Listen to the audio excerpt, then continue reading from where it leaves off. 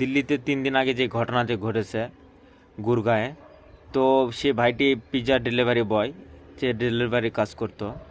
সে accident হওয়ার পর park হসপিটালে তাকে অ্যাডমিট করা হয়েছে।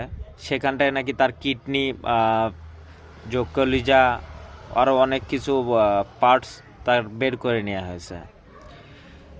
ডাক্তার না, ওরা জাল্লাদ। আর দ্বিতীয়ত প্রশাসন কি করছে? আমরা কি পর্যায় শ্রমিক বলে কি আমরা মানুষ না? ওই ভাইটার ইনসাফ হওয়া দরকার।